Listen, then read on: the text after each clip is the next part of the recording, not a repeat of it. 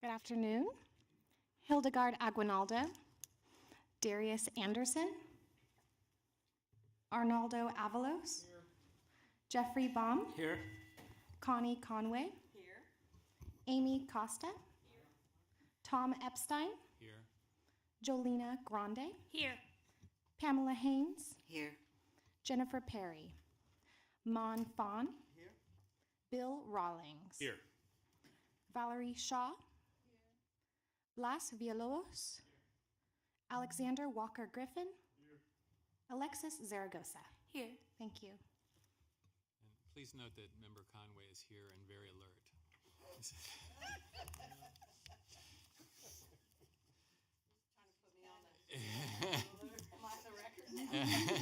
Well, you weren't here when she called your name, so I wanted to be sure.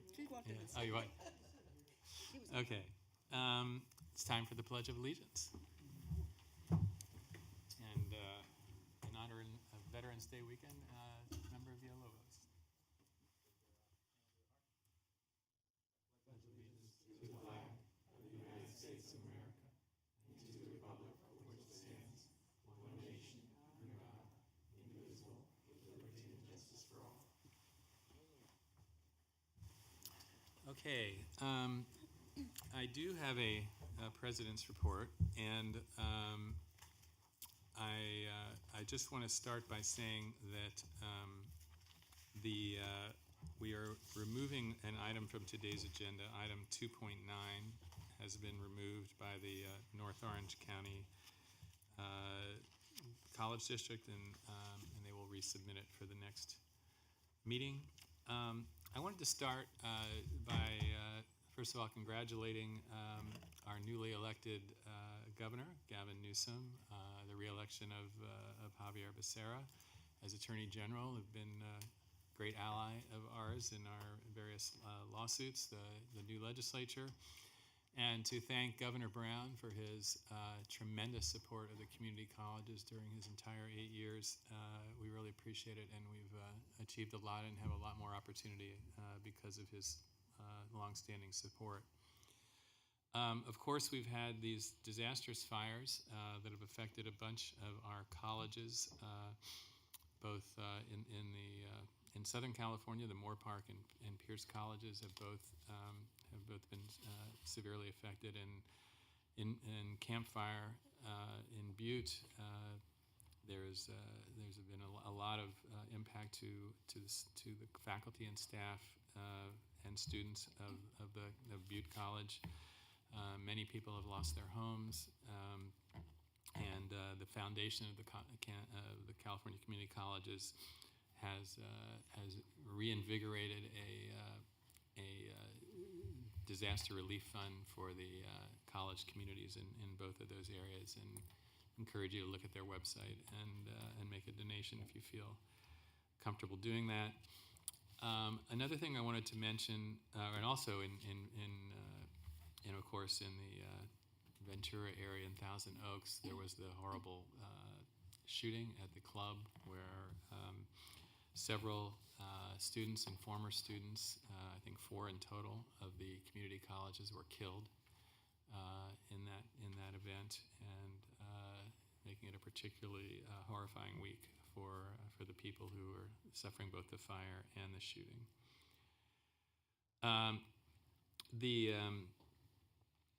The couple other things. The CCLC meeting is this weekend. I see Mr. Galizio walking in the door as I say this, and I hope that every member of the board is aware of the opportunity to attend, and the fact that the Board of Governors will be hosting a reception, and that if you have any questions about that, please feel free to talk to me or to Christina.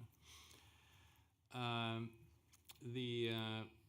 wanted to also report on, I've attended a couple of meetings with various leaders in the higher education community where we have, including the UCs, the CSUs, and in some cases the private colleges, where we've talked about ways to work together to try and achieve our mutual goals and coordinate better. And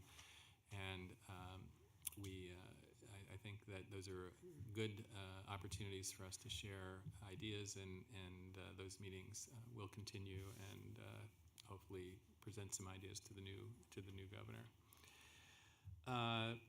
I also want to comment on the Umoja program, which we discussed at last board meeting. I know there's an item on today, but I just wanted to say that there was a lot of work done immediately in the aftermath of that meeting that was very productive and has led to a positive result, and you'll hear more about that later in the meeting. And the last thing I want to mention is that a lot of board members, or some board members, have been receiving a flurry of letters and email messages from people who are commenting on the potential of regulations for AB 705. And I just want to say for the record that those who have been sending us those messages, they are being seen and they are being read. If you haven't received a response, don't worry. They're definitely being taken into consideration, and we'll be talking about the process for AB 705 as we move forward today. And last but not least, I managed to visit a bunch of colleges in October. I attended the Chancellor's Town Hall at Delta College in Stockton, and I also want to thank the leaders, both administration, faculty, and student leaders at Compton, Chabot, and Chaffey, Mount Sac, West Hills, West LA, and Santa Barbara for hosting us. Mr. Rawlings attended a bunch of those with me, and member Jennifer Perry attended the Santa Barbara one, and we really learned a lot and appreciated the hospitality of everyone there. So with that, I will turn it over to the to the Chancellor.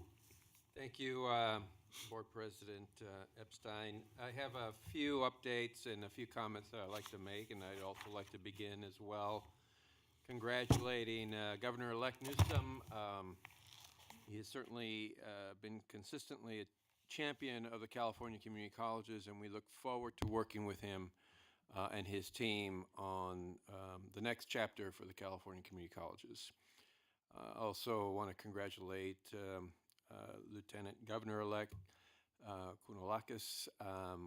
We look forward to working with her as well, as she has made her presence well known on the topics of higher education. So we look forward to her leadership as well.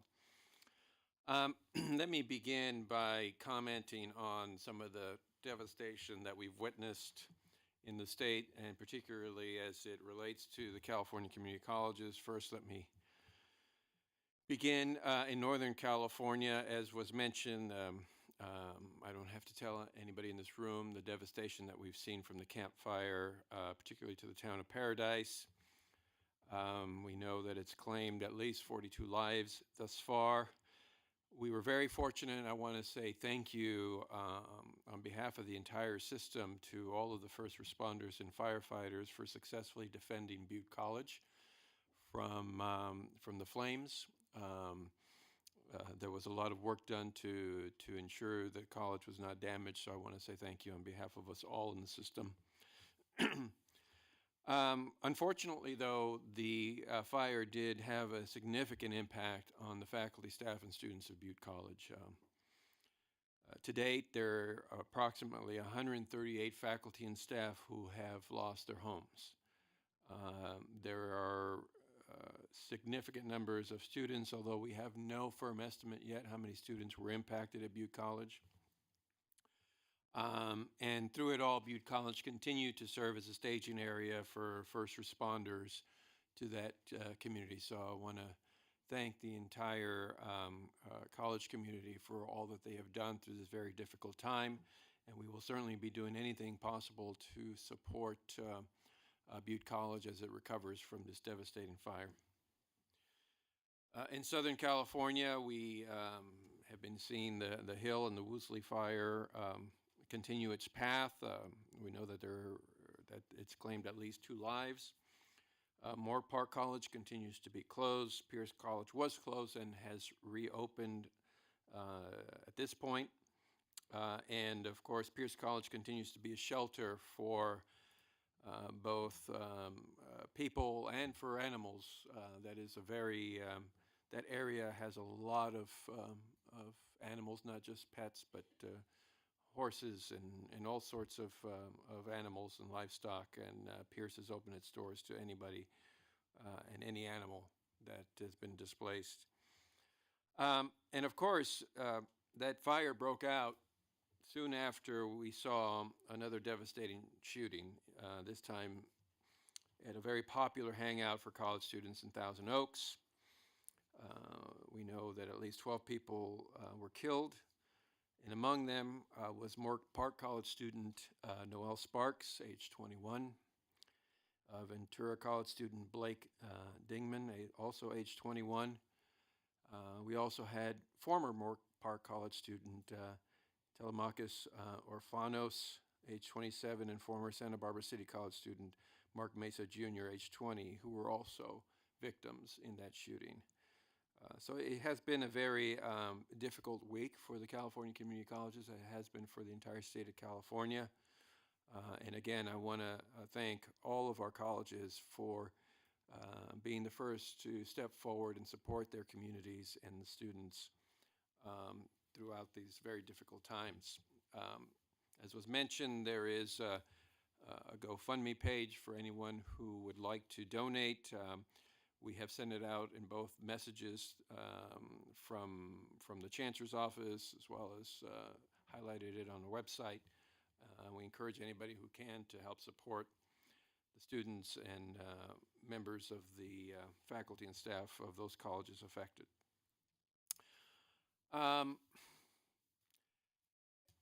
Now I want to turn to several thank yous. I had the great privilege of being able to visit several colleges through the beginning of the listening tour. Had the opportunity to visit Shasta College, Delta College, Compton College, and most recently Allen Hancock College. All those colleges did just a wonderful job of welcoming us, giving us the opportunity to meet with faculty, staff, students, trustees, community members. It was really a wonderful start to the listening tour. I want to particularly thank the faculty and the academic senates for allowing me time with them at all of these colleges and for having a chance to get into a direct dialogue about what's happening in our system. I want to apologize to Contra Costa College, who I had to reschedule because of a last-minute family situation. Had nothing to do with board member Walker Griffith, but but we will get back to Contra Costa College as soon as possible. So I just want to thank all of those colleges for opening their doors wide open to us. I also want to thank the faculty who have participated in the most recent plenary. Several members of the Chancellor's office staff were welcome there. We had many opportunities to present different aspects of the vision for success, and I was fortunate to sit in on a diversity presentation that was a very wonderful opportunity to hear from members of the Academic Senate, as well as our own Deputy Chancellor Gonzalez was there to present. And so I want to personally thank John Stanskas for not only having that discussion, but for being a proactive participant in that discussion on the topic of diversity. So thank you. And I also want to thank the students, student governments who had their General Assembly recently. And again, welcome many members of the Chancellor's office staff there. So thank you to the students. And then finally, I also want to thank the faculty and the students who have been sending letters to the Board of Governors. I appreciate your willingness to reach out directly to the Chancellor's office and appreciate all the honesty in those letters about AB 705. And in particular, I want to thank the Students Making a Change group. This is a group of students who has been very proactive, organizing themselves, which is no easy task when you're a student, and trying to get their voices heard. So I want to particularly thank the Students Making a Change, or as they like to call themselves, SMAC. And then finally, since we are on the heels of Veterans Day, I do want to thank all of my brothers and sisters in military service, past and present, for dedication and service to their country. And without getting myself in too much trouble, it wasn't lost on me or any veteran that the person who was involved in the shooting in Thousand Oaks was a former Marine. And while we are all angry, I think it also gives us an opportunity to spend some time thinking about the mental health issues that our veterans face and how we need to double our efforts to reach out to that community and every community suffering from mental health issues and seriously do something about it. None of us like to see a horrible shooting like that, especially not one that was caused by a former member of the military. So with that, that concludes my comments. Thank you. We'll now move on to the consent calendar, item 1.1. This time I will remember to have Dr. Gonzalez come to the podium first. Good afternoon, President Epstein, board members, Chancellor Oakley. We have a very ambitious agenda, and I have the next 4 items. Item 1.1 is the September Board of Governors meeting minutes for your approval. So moved. And moved by Anderson, seconded by Rawlings. Any comment? I have a, Oh, just on Member page 1, the minutes said the following board members were present on the July 16th. Were these the minutes for July 16th, or was that the for the July meeting or the September meeting? This was for the, it's supposed to say September. And then the on the recommended action that we took, we were approving the July minutes in that one, correct? Correct. Okay. thank you, Member Baum. And then in the order after the chancellor's report, it said it goes to the consent calendar. Was that out of order, or because it says Pledge of Allegiance, then recommended action, then President's report, Chancellor's report, then consent calendar of the minutes action. So the action here is consent calendar for the July meeting. Okay. So you caught the typo on page 1, that should say September, and then now it's in order. Okay, great. That should say July. And then just one, I don't want to spend a lot of time on this too. When we, on item 3.3 and then the 4.1, the minutes don't reflect the names that were nominated or the appointments. Is that our practice, or is that something that, should it be recorded in the minutes? This is typically our practice, very high-level notes. Okay, thanks.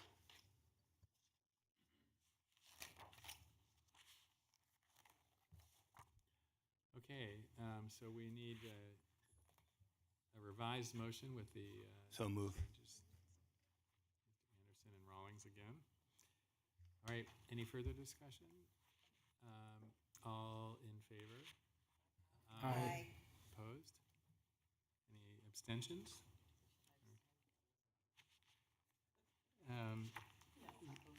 You can vote, okay. Member Conway will vote for them. Okay, All right, item 2.1.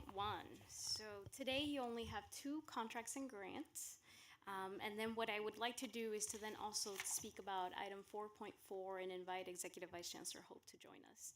But item 2.1, which is in front of you as an action item, has 1 new contract. And the contract is between the Chancellor's Office and the Opportunity Institute.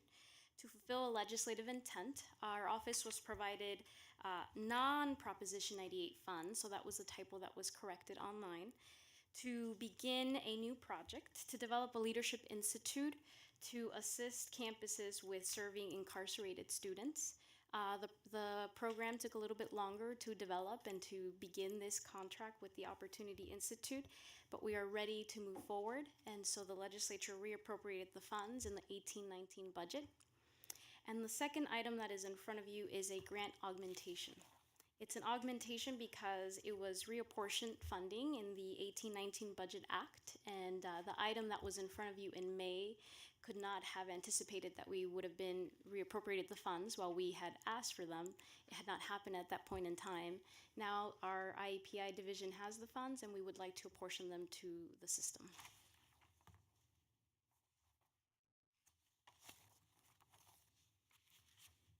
Any comment on these items? Why were the funds were unspent? In the what happened? That's correct. For IEPI, you're speaking about item 2? Item 1. Oh, item 1. They were unspent. It took a while for our office to connect with the Opportunity Institute and come to an agreement. There was also a third party that was very interested in working with our office, and the legislature was very vague in the language as to who we should work with. And at the end, the Opportunity Institute will be the key contract, or the key contract with our office to make this work possible. Thank you. Yes. Just a general comment, and I think I said this actually at the last board meeting and for the incarcerated program. I'm hoping going forward that we have more measurements of success when we have these contract items. I agree with the policy wholeheartedly, but I'd also like to see, how many students do we think we're really serving with these dollars, so that we can measure the success of these contracts we're approving going forward. I think both board members who just spoke said the two things that I was going to say. So I appreciate that. But I did have one question on, you say these are actually non-Prop 98 funds? That's correct. So just to make sure in the first line there, everybody knows it's non-Prop 98 funds. Okay, anything else? Okay, so we'll need a motion to approve. Mr. Rawlings. Mr. Walker-Griffin. All in favor? Aye. Opposed? Abstentions? Okay. So Executive Vice Chancellor Hope will join us to discuss item 4.4, which is an informational item. This is the Umoja project. Good afternoon, President Epstein, members of the Board of Governors, and Chancellor Oakley. This item is being brought back at request of the Board of Governors after our last meeting. I'm actually filling in for Vice Chancellor Perez, who's at a Credit for Prior Learning event in Ohio today. But she did the primary work along with our Chief Legal Counsel, Mr. LaForestier, on making sure that we addressed all of the questions and concerns that were brought up at the last convening. So just to clarify, one of the things that we work to is to shift the terms of these dollars from a contract to a grant, which will make it a little bit easier for the Umoja program to access those funds and to spend them in a manner that's more flexible for them. And so that's been a big step forward. The other thing that we work to do is agree with the Umoja program that half of the dollars, 1.2 million, would be appropriated to the colleges to support their growing Umoja programs. And then last, we came to an agreement that students would not be charged to participate in Umoja events, which was a third item and one of the concerns that the fiscal agent brought up as we were negotiating the contract. So just wanted to, in broad strokes, kind of address the general issues, and I'm happy to take questions, but I want to let you know that this was addressed satisfactorily on all parties, by all parties, and we're looking forward to continuing to support the program fully. Member Shaw.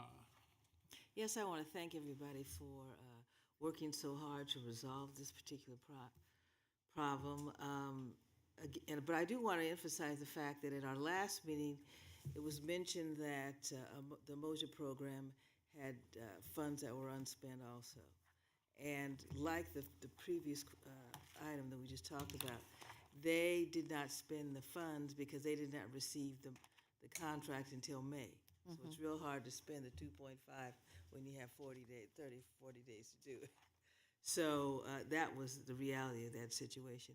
So I know the we were just all in Riverside 3 or 4 days ago at the conference. And so the people were very happy.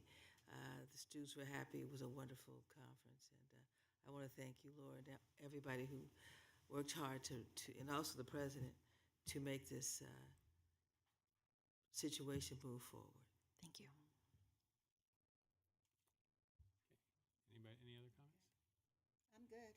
Okay. All right, Thank you. thank you. Thank you, Laura. The next item is item 2.2. This is an action item. These are the Board of Governors meeting dates for the year 2020. We heard them as our first reading at your last board meeting in September, and now they are in front of you for action. So move. Grande is the second. Any discussion? All in favor? Aye. Opposed? Abstentions? Okay. Item 2.3 is the election of board officers. At your last board meeting in September, we took nominations, and the following members were nominated for board officers in 2019. President Tom Epstein, Vice President Pamela Haynes. No other nominations were received, and so now this item is in front of you for action. So are these voted on separately or together? Yes. What? I said Yes, voted on separately. separately. Okay. So that is the tradition of the board to vote on this separately, just by voice vote. I move the president's nomination. Second. Okay, any discussion? All in favor? Aye. Opposed? Abstentions? Congratulations. Thank you. Bravo.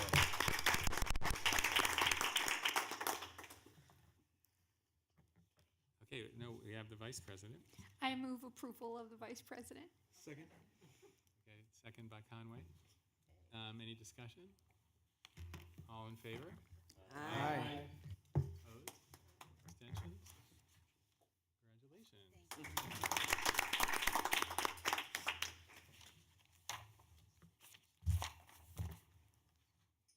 Okay, so this is the item 2.4. This is the procedures. Vice Chancellor. Good afternoon, President Epstein, members. I know how much you like procedures. So this, you'll recall from our last board meeting where we provided notice of this change. The purpose here is to make adjustments to the Board of Governors procedures relating to standing orders, to standing committees, excuse me. And the amendments today would eliminate unused standing committees, would modify the compensation of the executive committee due to current circumstances where we don't have an immediate past president, and also establish a technology committee.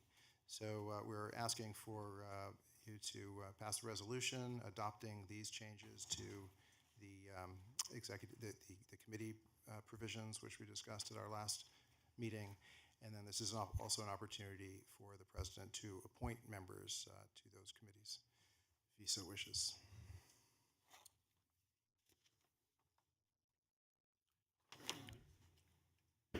I'd propose an amendment to the motion, or to the item, and tabling the technology committee. Do you want to explain your rationale for that?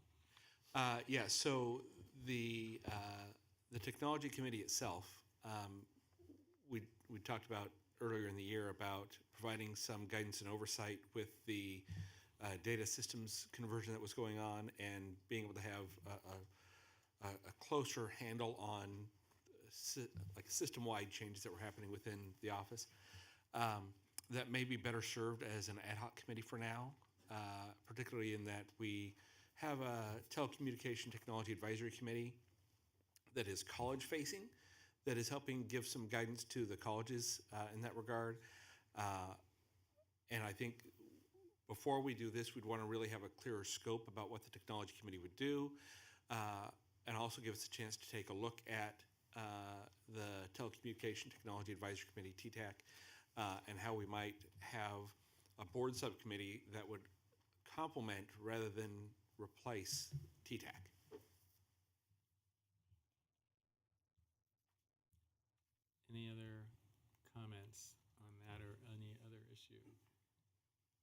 Baum.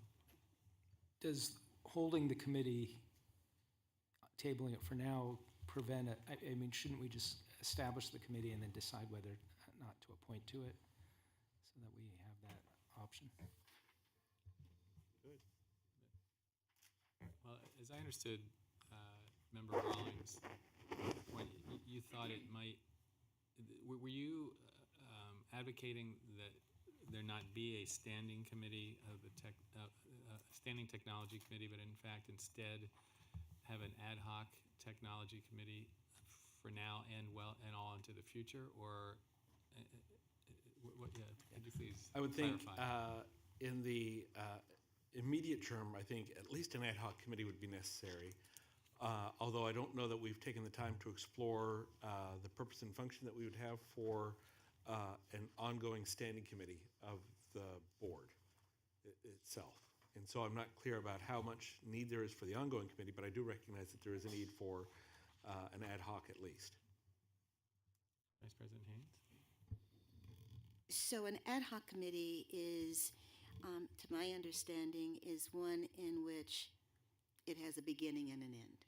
Okay. The standing committee is ongoing, and I would just, for consideration in terms of the discussion, and as someone who continues to serve on a local board, for technology has taken this. I mean, it's up there with budgets and finance simply because of the need to have real-time analysis and systems speaking to each other. There needs to be, from my perspective, discussions, even by our members on the board, how programs interface with the technology. I mean, it's just so critical to getting the work done. And I would argue that this item is deleting a whole lot of committees that are no longer functioning. If there was a compelling reason not to add this one as a standing committee, I guess I would need to hear that piece of it. But given that we are so dependent upon this technology piece, to have a committee that hopefully would be active relative to that would be, for me, important.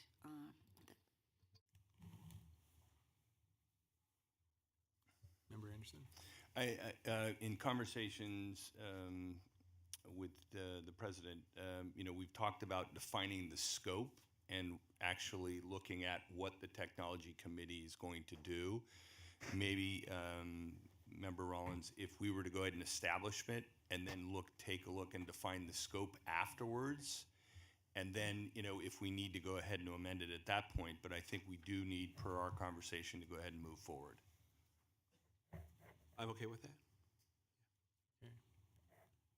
So then, just so I make clear, so we're now not making any changes. I'll to withdraw the amendment. okay. Yeah, Okay. exactly. Any, Member Fawn? Yeah, I think at the last meeting when this item was brought up, I did express a few comments of concern, and I think I will continue to hold those comments of concern. I think as I look at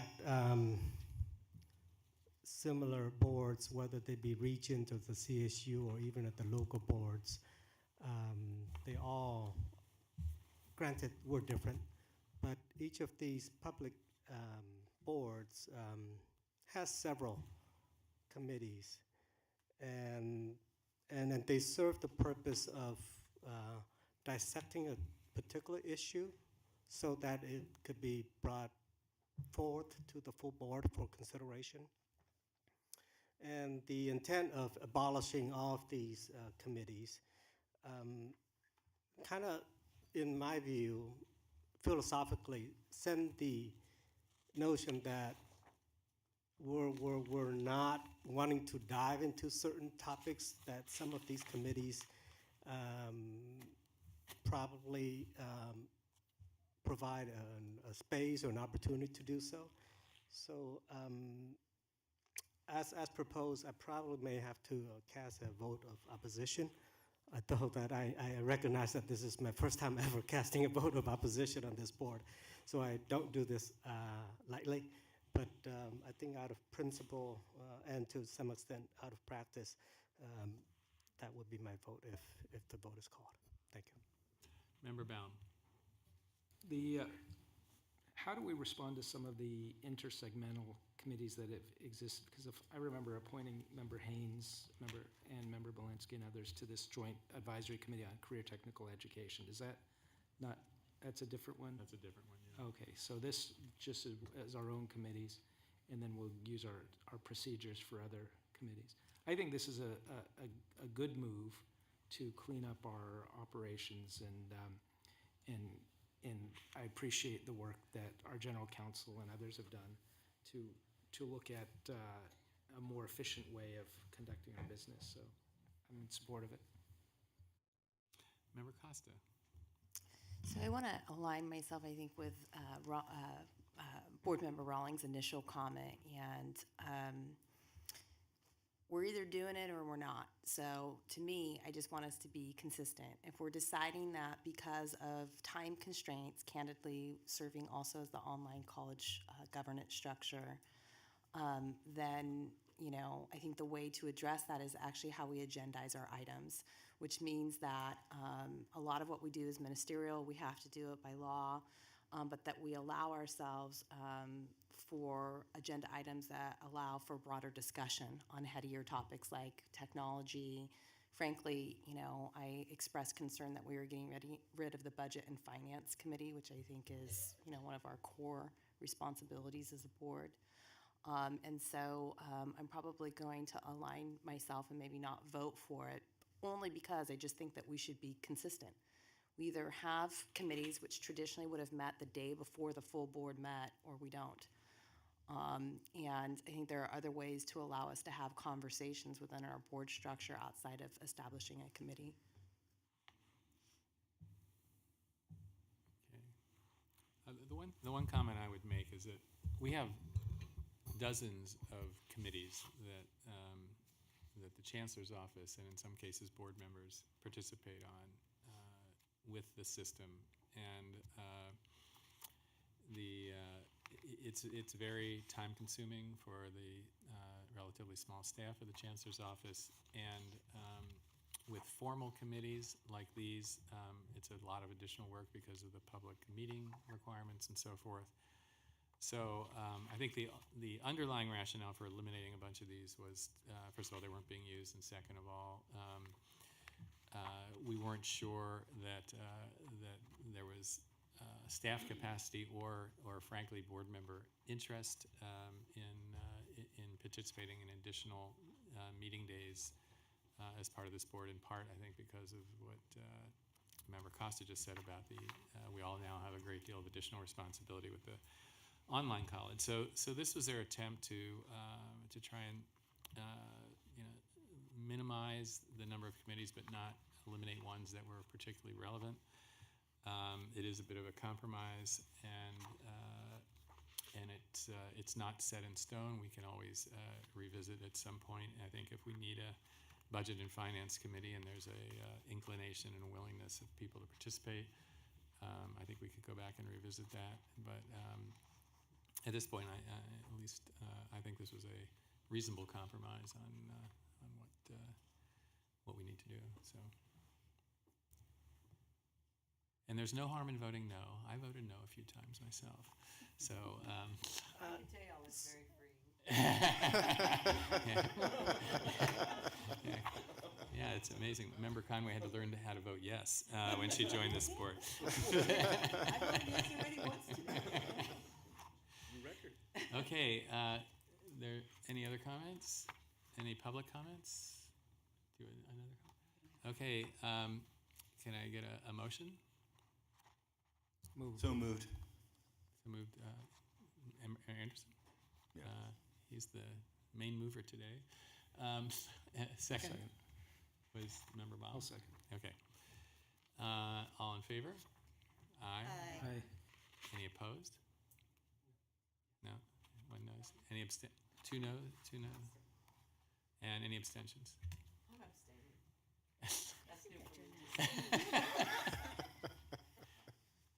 Okay, so we have a rare split decision.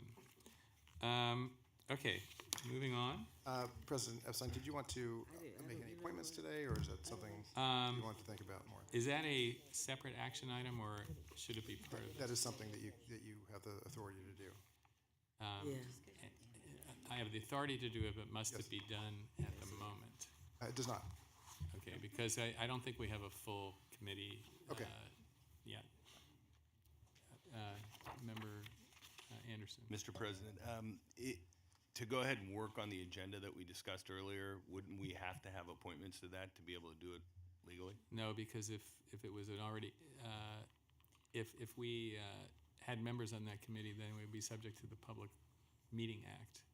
And it would be impossible to do this organizational work without it having being a public meeting, I believe. So I think that could complicate and isn't necessary at this point. So, am I, General Counsel, would that be, if we appointed members to a committee and then they talked about the mission and other members, that would be a public meeting, would it not? That's right. If we appointed Yeah. 3 members to the Right. committee, one option that we had thought about was appointing just 2 members and having them work with staff, essentially functioning like an ad hoc committee, and then coming back to the board with a recommendation about the scope of the committee's work, and then adding additional members at that So time. a committee is not a formal committee requiring public meetings unless it has at least 3 members, is that correct? Yeah. Oh, okay. Well, that may resolve that then. We do have 2 people I know who are interested in serving on the committee, and that would be Member Anderson and Member Rawlings. So we can collaborate on identifying other board members who might be interested, and they're welcome to talk to me or to Rawlings or Anderson, and we can expand that committee to where it is a point where it can meet publicly. Right. Okay. Okay, thank you.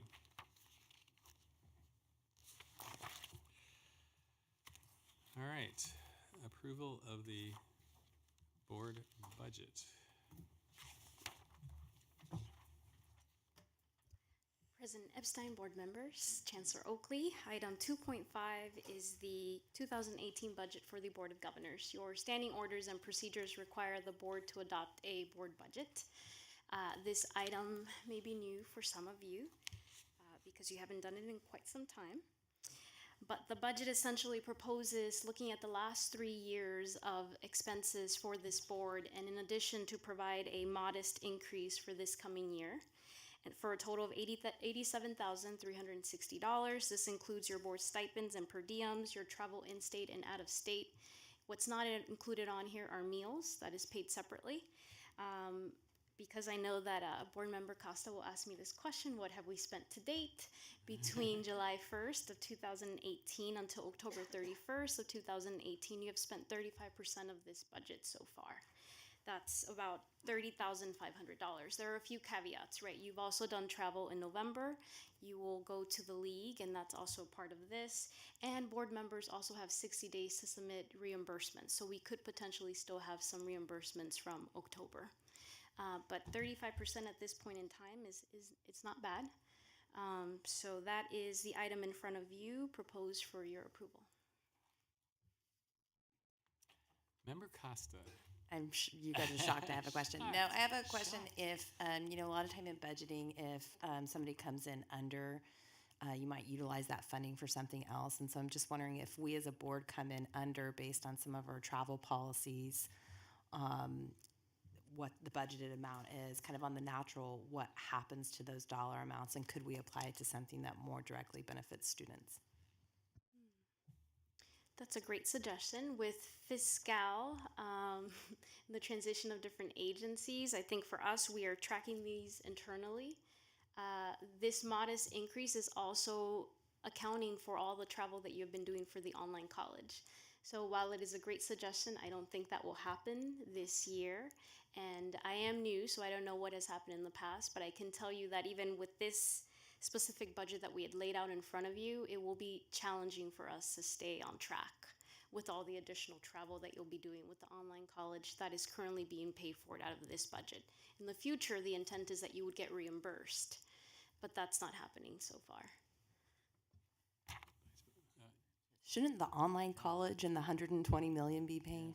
Yes. It will. It will. But in the meantime, we have to expend dollars that are available to us. Eventually, we will catch up. We will reimburse the chancellor's office for that travel. I should also say that with the additional travel of board members participating in additional committees, AB 705, the K through 12 strong workforce, there is additional travel there as well, which had not happened before. And you're establishing more committees, and members Anderson and Rawlings will use that budget by themselves. I'm just kidding. Well, What I would like to propose is also that we would make this an item and keep you updated. The primary responsibility is for the board president and vice president to be fiscally responsible, but of course we could submit monthly or quarterly updates to the board president as to where this budget is. Member Fawn. Yes, and I do appreciate and like the fact that we need to be fiscally responsible. But I'm kind of on the opposite end of Member Costa. I'm wondering if this is enough for the 17 members for the entire year. If we were to, so I guess the language says that it is up to the president to make sure that we stay within this, but what if, and I think some members may not be submitting claims in the past years or so, and if they do actually change their mind and do submit claims, what if we actually exceed this $87,000 in a year? Does the president have, with kind of regular updates, that we would push that out a little bit or not? Because I don't want us to be handicapped. And I guess the other question is this $87,000. That's probably 0.00004% of the chancellor's budget or something like that. I don't know, but just a thought. So our finance division did an analysis of the last 3 years of spending, and in addition to that, they did a modest increase. So that has not happened in the past.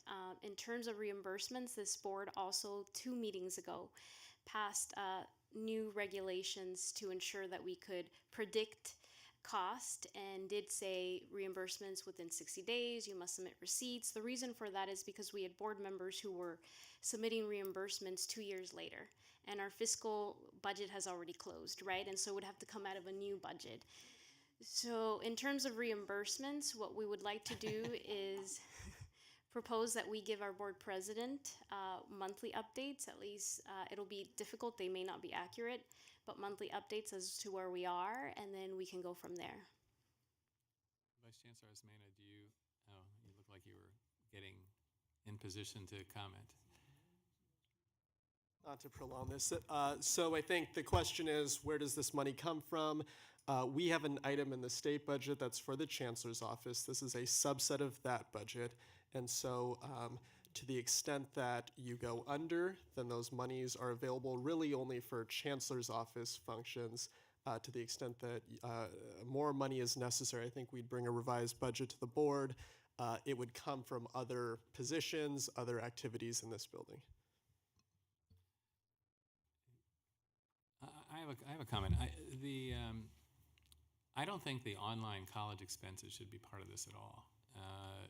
I think when you built this budget based on past behavior, that did not include the online college, and I don't think there's any rationale whatsoever to have the online college expenses come out of this budget. So I think we need to revise. I mean, you can create a separate account for it and pay for it out of the chancellor's office, and then get reimbursed by the 120 million or whatever.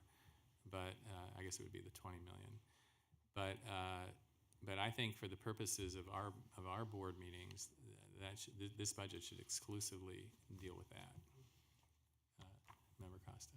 To that point, I would suggest that we revise the budget that we heard for the online community college startup cost to accommodate the administrative functions we think will be required by the board. We could easily do that. I mean, we just voted on the first 10 million, so all we would have to do is create a budget for the work of the board itself to keep them separate. And that will be part of the budget. There is room within the budget to make that transition. The challenge we have right now is that the accounting functions have not all been put in place to allow for the direct reimbursement to happen, but that will happen shortly. Okay, but do you see a problem with doing what I just suggested? Well, so just to be clear, the budget was set on the activities of the board over the last 3 years, so that excludes the online college. That's just strictly what we have is a cash flow issue right now, which we will deal with and we will resolve. But the budget itself was based on 3 years of activity just of the Board of Governors. I think if there is a need to adjust the budget, we will bring back a revised budget to you. I think, this is a challenge with travel budgets everywhere, but I think it's important that we try to at least come up with a budget so that we can be consistent with the 2 other governing boards in the state. Certainly, if we feel that this is not going to cover it, we will come back to you and make that adjustment. Member Brown. Does this also take into account, have we ended the practice of the foundation providing an unrestricted grant to the chancellor's office for the operation of chancellor and board operations? So the question is, does it account for that change? Yes. Has that change occurred? Let me ask. Yes, that change has occurred, yeah. So the foundation is no longer providing a grant to the chancellor's office? They can, however, the funds are restricted funds. So I mentioned, for example, meals are not a part of this budget. And that's because those funds, foundation funds, can be used for meals, for statewide meeting purposes, like all of your lunches and things like that. So there is some foundation support for the chancellor's office Correct. that remains? It just cannot be used for travel or per diems, which is what you see here.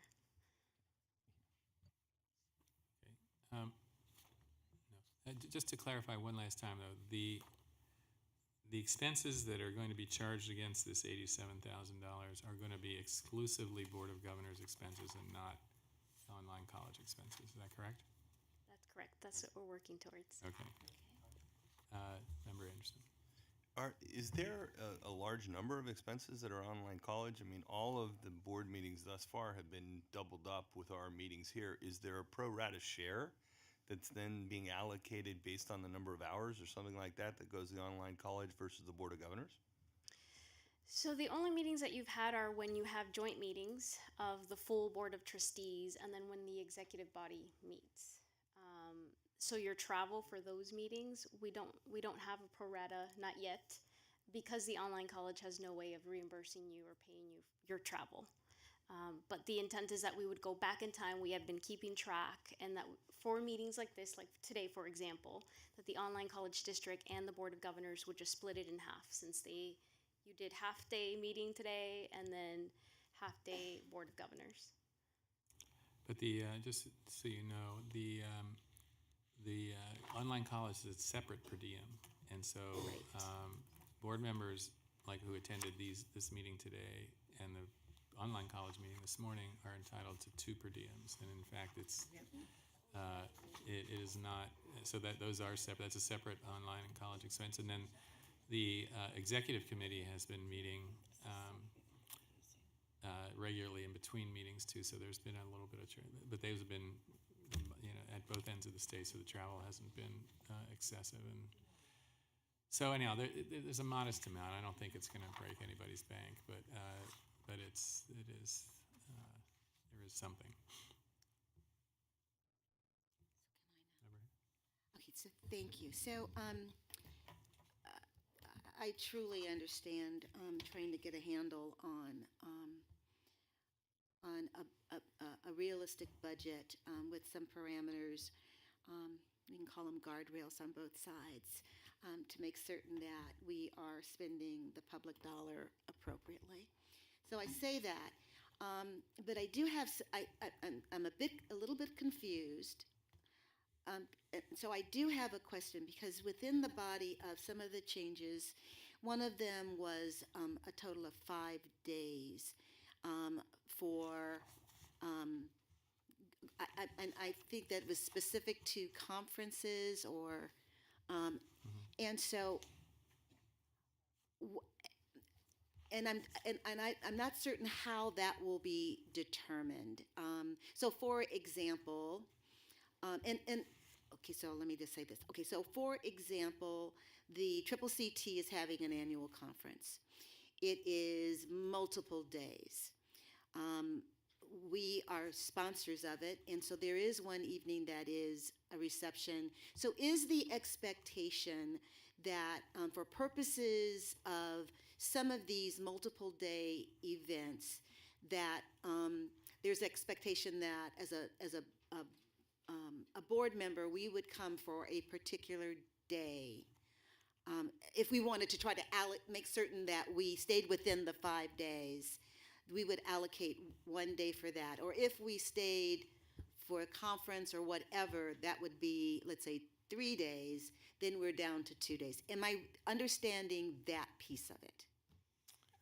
That is my understanding. You're skipping ahead to item 2.10 for anybody. I know who's- we're going to be coming to it, Well, but you're we're coming talking to it, about but the it's budget relevant. now. It's certainly so- relevant, of course. But I think that is, this change was something that was requested by President Epstein, and I think that is the idea, that there would be a limitation on the number of days that members of the board are participating in these large statewide type meetings to 5 a year. So I think that is that was the request, that we draft the change in that manner. So yeah, we would be trying to keep track of the days in some reasonable manner. And I think that if there was ambiguity over whether something is 4.5 days or 5.5 days, the president would certainly have authority to grant the per diem and the travel expenses. I can, do you want me to explain it? No, you don't. Okay. No, let me finish my my thought.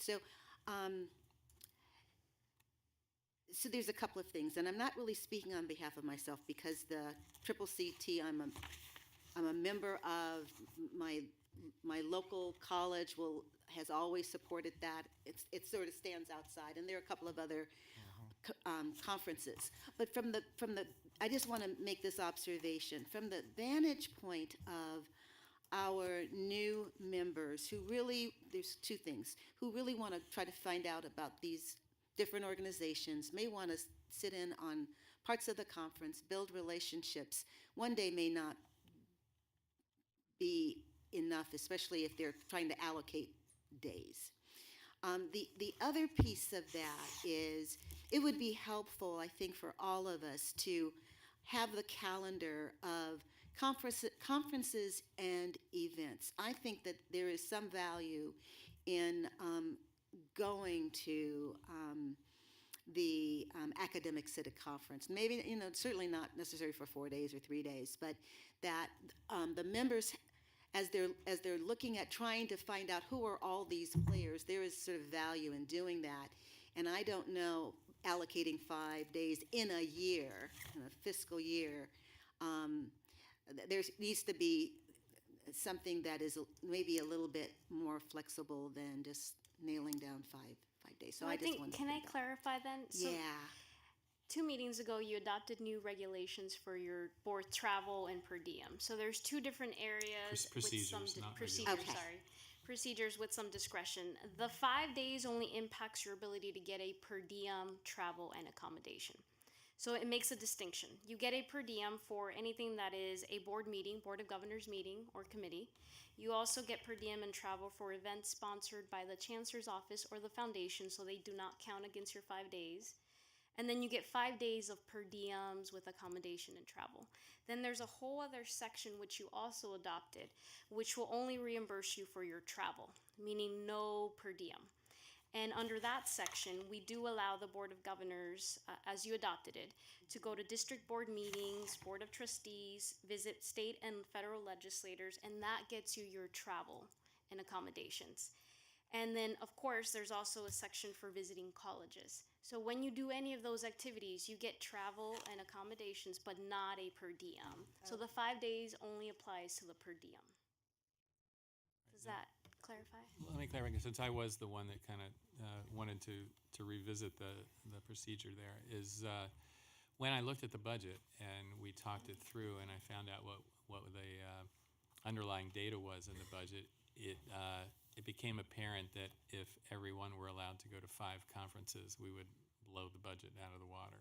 And that's a technical term that I'm sure you've heard in the Department of Finance.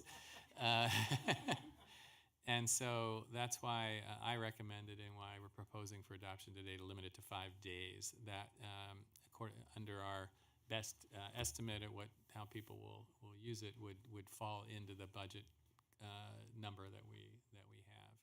So that's the background for that. And I think we'll learn a lot as we have a lot of new board members, and we'll see how much they travel and go to things, and how many apply for the per diem and so forth.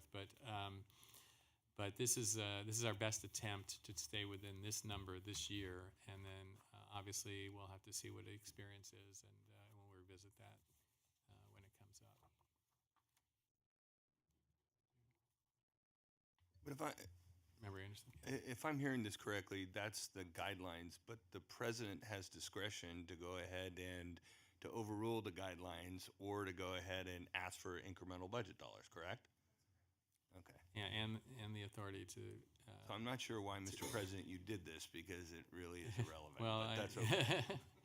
Well, actually, the whole point of this was to try and make it clearer what is and is not covered, because there were no rules. Everything went to the president before, and so trying to install some guardrails and clear expectations. So.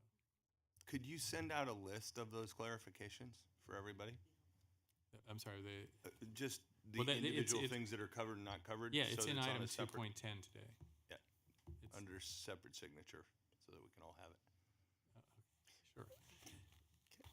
Maybe one more comment on this. I think we need to look at the big picture here, in my view, in that our going out to events and conferences statewide is so that we can actually listen, learn, and basically hear from what the folks in the field, and establishing relationships so that in one day we don't get like a packet of emails. In fact, they can actually talk to us at certain events like that. So that is the intent. And at the end of the day, everything we look at is the BOC approves this, the BOC adopts this.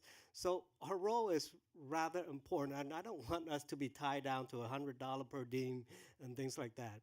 But the fact that we are out there as in official business, whether it's 1 day or 2 days or 3 days at conferences, for me, I don't care about the per diem. But the fact that we are there as official BOC members to sit in on events, to listen to folks, I think that's the most important thing.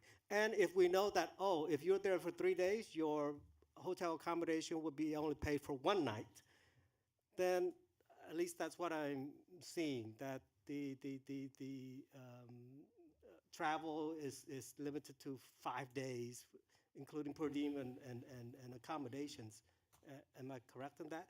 That, I think, just kind of put a cap in the ability for us to do what we need to do as BOC members. Let's hold that, if I could, let's hold that thought, because we have an item to discuss that particular issue. So Move approval on the budget. Yeah. We have a motion to approve. A second. Are there any other comments about the budget? Okay, all in favor? Aye. Any opposed? Abstentions? Okay. You have a public comment about the budget? I'm sorry. Yeah, 2.5. So, John Stankis? Sorry. Sorry that we wasn't aware there was a public comment. It came up late. It was a 2.1. Where's the sign? You moved the sign. Good afternoon, let's see if I remember it. President Epstein, Vice President Haynes, and Chancellor Oakley. There we go. I'm John Stanskis with the Academic Senate for California Community Colleges. I actually submitted a public comment for 2.10, but it sounded like you were talking about them together. Oh, well, then let's save it for 2.1 then. Okay. 2.10, I mean, yeah, that's what you want. Okay, yeah, we're not doing 2.10. Not yet. Okay. We just Unless you have went off on a tangent, but we'll be back. Okay, bye. Okay. All right. 2.6 was, this is, so this is one that is still on. This is still on the Yeah. Great. Item 2.6 is consideration of approval of a request from 2 districts for the status of fiscal independence. Just for some background, existing law assumes that districts in many ways will be fiscally dependent on the county superintendent and in some ways the county auditor in a given county. That means, for purposes of this item, it means that districts rely on the county superintendent to issue warrants, which are then paid by district funds. The status of fiscal independence authorizes a district to issue those warrants on their own. Existing policies, board policies, expect that an application comes from the district. It's reviewed by the county superintendent and the county auditor. Districts also have to engage an independent CPA to make a recommendation. I think one of the big things that each of these parties is looking at is the internal controls in a district to give some confidence that the district could issue warrants independently. We've received applications from Miracosta Community College District and from Allen Hancock Community College District. They've gone through the process. The county superintendents in both areas, Santa Barbara County, San Diego County, both recommend approval. Our review indicates that we are comfortable that the districts would operate accordingly with fiscal independence status. The status isn't permanent. A county superintendent moving forward could come to the board and indicate that they recommend that the district again have some fiscal dependence status. To date, you have 14 community college districts that have been approved for this status. Happy to answer questions. Member Anderson? When they declare fiscal independence, as a new board member, I'm trying to understand. So if they declare fiscal independence and there is a problem in the future, does that then default back to us? It doesn't default. There would need to be some action that this board would take to change the status.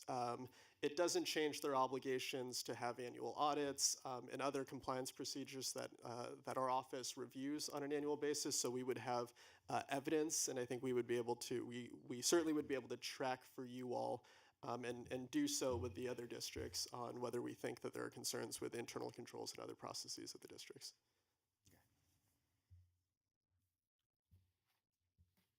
Expecting Member Costa to have something to say, but if not. It was a great staff report. I have no questions. Any other comments? Member Rawlings? You move Rawlings moves approval. Second? Second, Villalobos. Any other comments? Any public comments? All right, all in favor? Aye. Opposed? Any abstentions? Okay. Moving on to 2.7. Item 2.7 is an action item also. It relates to the implementation of the faculty obligation number for fall 2019. This is an annual action that the board is required to take pursuant to its regulations. For background, the faculty obligation number represents a minimum number of full-time faculty that a district is required to employ. It was created, there is a baseline that was specified for each district. On an annual basis, that baseline is adjusted. In this item, we're talking about 2 separate adjustments. One is a common adjustment that happens typically every year, that can happen every year, where we are looking at the change in a district's credit full-time equivalent number of students, and we adjust the base faculty obligation number by that percentage change in the number of full-time equivalent students in credit courses. So that's one adjustment. You'll see that in the item. The other adjustment is if in a given year the state has provided funds for the purposes of increasing the full-time faculty percentage, there's an associated adjustment to the faculty obligation number for that.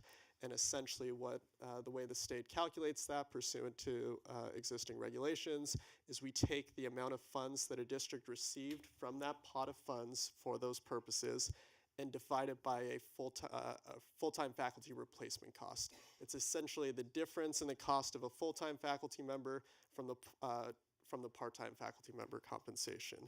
So if you look at attachment 1 in item 2.7, what we're showing you there is the 72 community college districts in the first column. Column A represents that base number. So this is the fall 2018 requirement, the required number of full-time faculty. Column B shows the adjustment based on the change in the full-time equivalent student enrollment in credit courses. So that is a projection based on what we assume a district would grow between fall 2018 and fall 2019. And then column C represents the adjustment associated with the additional funding that was included in the 2018-19 budget for full-time faculty divided by the replacement costs. And then the final column represents the district's new full-time faculty obligation number. The action that the board is expected to, or is asked to take here is to determine, to take a formal action that adequate funding has been provided in the budget to support these adjustments. Happy to answer any questions.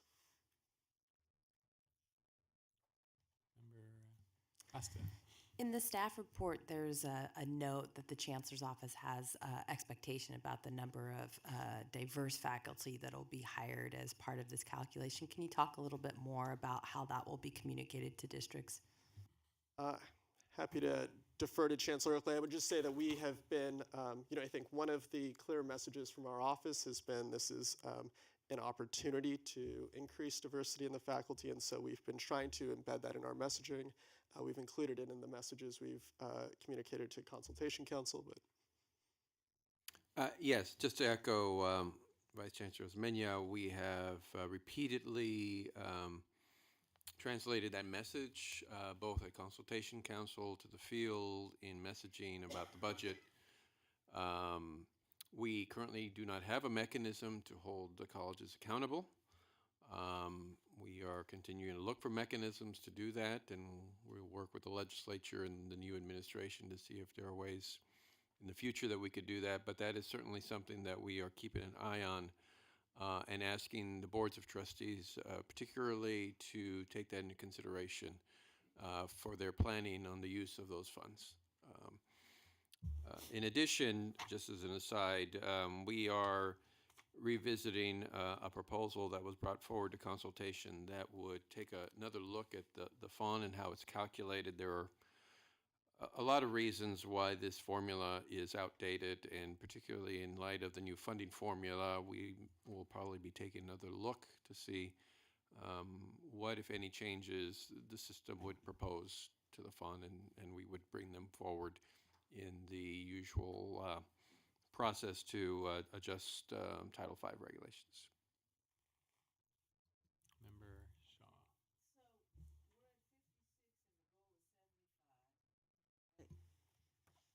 56%, okay, and our goal is 75%. But I'm just curious, what are I thought it might be economic, but the reason, what's the sort of factors that create a more preponderance of part-time faculty? Because I thought if I look, San Bernardino is the same as San Diego, the percentage. So what is it? What creates that? Well, with 72 districts and 114 colleges, there's a whole number of iterations as to why a district is where, or college is where they're at in their full-time faculty obligation.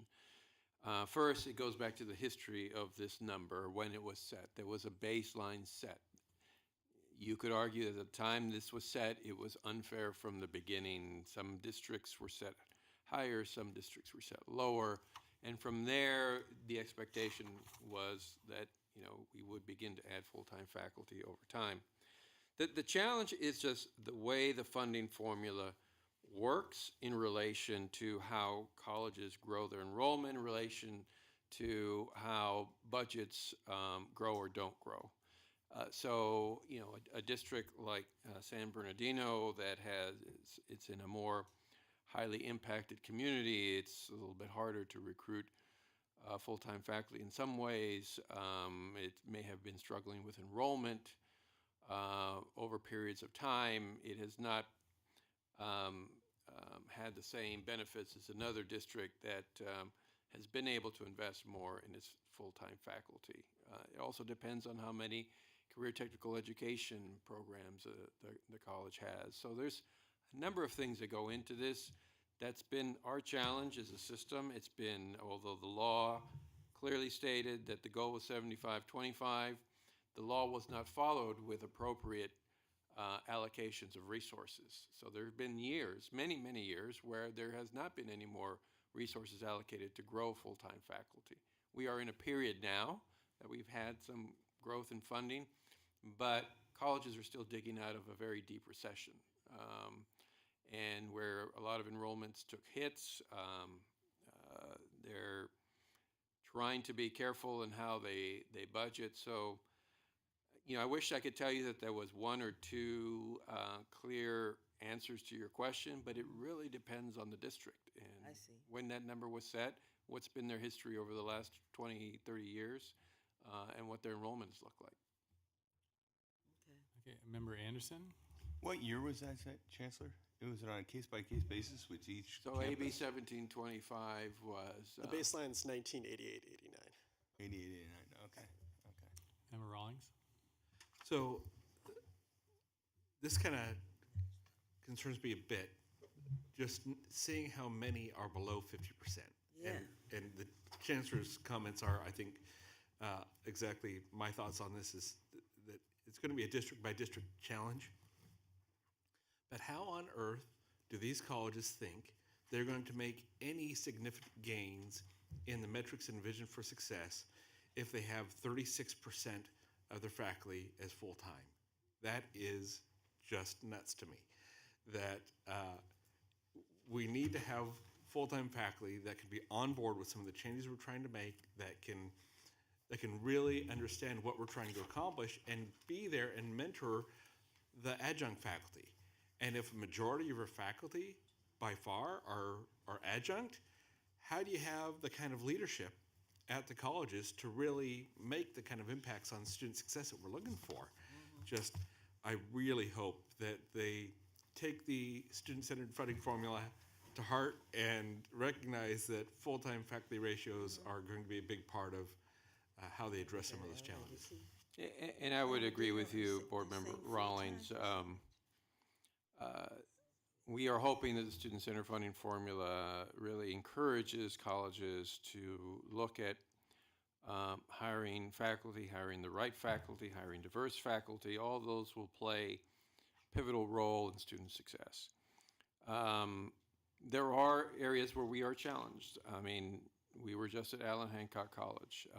We met with both Allen Hancock, the president of Monterey Peninsula, and the president of Cuesta College. Central Coast has a number of programs like nursing, and some of those colleges have no full-time faculty in their nursing program because they cannot hire nurses from away from the medical centers and the hospitals because of what we pay relative to what they receive in the hospitals. That is less of a problem in Southern California. So it is a challenge, and I recognize that challenge on behalf of our college leadership. But we have to find a more sensible way of figuring out what the baseline is, how we look at it. Probably we should look at it by region, and continue to provide support, helping colleges hire as many full-time faculty as necessary to support those communities. Member Baum? No, I just want to thank the Chancellor because clearly the system hasn't worked to meet the objective that was set. Students do better when they have access to a full-time faculty member and the campuses thrive when there's a larger percentage of full-time faculty on campus. So, and this incremental effort of just adding 1 or 2 or 3 or 4 slots a year that's what districts manage toward. They don't manage toward 75, they manage toward meeting that extra, very incremental increase that they're provided. So whatever we could do to kind of clear the deck and try to start from scratch again to ensure as many full-time faculty and incentivize that. I know if Jonathan Lightman were here, he'd be pounding the table as well to carry that message as well. His interim is carrying that message. Member Grande. Thank you, Chancellor Oakley, for providing us with some background, and also for you, Vice Chancellor Osmena. I was just wondering, though, with the discrepancies that I'm seeing in the number of FTS adjustments for the 2018-19 full-time faculty hiring funds, how was that derived? As a percent of current full-time faculty in employ for a district, or was there another metric used? Primarily on the basis of FTES. The allocations are intended to be sized according to a district's enrollment. Would that take into account the growth in FTS for a particular year, like this past year? No, the current FTS. So we based it off of existing or current year FTS. Thank you. Any other? Yeah, I just have one comment and one question. It was interesting to me. I mean, I visited West Hills College in Coalinga, which is really about as rural and remote as you can get, and it's amazing to me that they have 68% full-time faculty when a lot of the lowest numbers are in those rural areas. And I know whatever they're doing, and when I do have to say that when I met with the faculty, they all seem very enthusiastic and excited to be there. I think that whatever they're doing should be maybe looked at by some of the other rural colleges. And I may regret asking this question, but the number that leaps off the page here for me is San Francisco, where this is on the first chart when they have 195 base fund, then 87 FTEs adjustments. That's about 40%. And then the full-time faculty hiring funds. Can you explain how, is that because of their Promise program and the fact they lost so much membership and had so many students? I mean, it just is a peculiar. It likely would not be based on the Promise. That is an estimate of statewide growth, and largely because San Francisco has a significant enrollment. I can find our growth factors, but it's mostly our office's estimate by district of what folks would grow, and we, at this point in time, essentially used a percentage increase on their base enrollment. That's 45% increase in one year. It just seems bizarre. The way this ends up being implemented, we adjust the number based on the reported credit enrollment essentially in the spring of next year, the spring of 2019. So we'll get better estimates of how much a district actually grew, and we'll revise these adjustments accordingly. Yeah. We also have to remember that San Francisco City College lost a considerable amount of enrollment because of the accreditation concerns, and has been doing a good job of gaining back that enrollment. Thought that might be. Member Grande? You mentioned credit enrollment, so there's no benefit that is provided on the faculty obligation number for the number of faculty that might be assigned to non-credit portions of our system? Correct. There is no associated adjustment. So any non-credit full-time faculty would not be included in the faculty obligation number? They are not counted towards meeting that obligation. Okay. We do have a public comment. John, I'm sorry, John Stankus. You want to discuss 2.7? Okay. President Epstein, Vice President Haynes, and Chancellor Oakley, members of the board. I'm John Stanskis with the Academic Senate for California Community Colleges. You do have a proposal for action on the table. I hope that you approve it. That said, this is something that comes up every year. You get to see these numbers. You see they don't change very much. They do change incrementally. This is within the purview of Title V, which is yours. This was created in Title V by the Board of Governors. I know that's not you individuals still here from 1988, but it's yours. And so you have a lot of control there. The legislative intent of 75% was original to AB 1725, but again in 2016, through a joint resolution of both houses of the legislature, they reaffirmed that and asked for some adjustments to it. That seems like a message to us, like we should fix this. You're right, there aren't non-credit faculty, librarians, counselors don't count in what was designed in the late 1980s. I think that isn't really relevant to 2018 and what our students need from faculty. And as we move forward in implementation of guided pathways, we ask colleges to innovate around student success and student retention.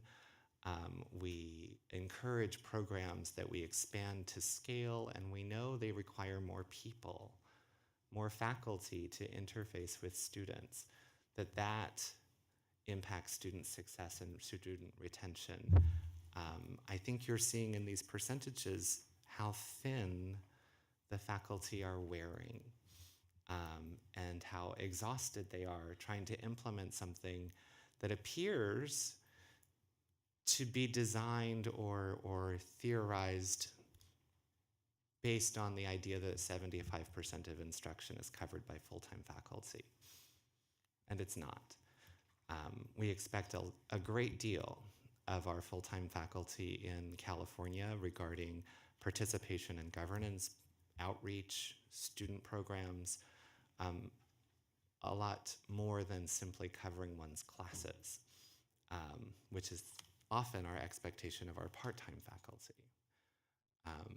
But when we rely on part-time faculty, that puts the burden even higher on our full-time faculty to implement some of these programs that I think we really want to. It also incentivizes weird behavior in terms of what gets classified as credit versus non-credit versus whether we can hire another counselor or not, even if that's what we know would be best for our students, because we need to comply with something created in 1988. So the chancellor referenced that Consultation Council had a work group. They made some recommendations. He, I think, has asked us to revisit that in light of the new funding formula and how that can be adjusted. But I think that applying pressure from the Board of Governors that you want something to consider would be helpful, so that we don't just wait till next November and have the same conversation again. So thank you. Thank you. We have another speaker on this item, Richard Hansen.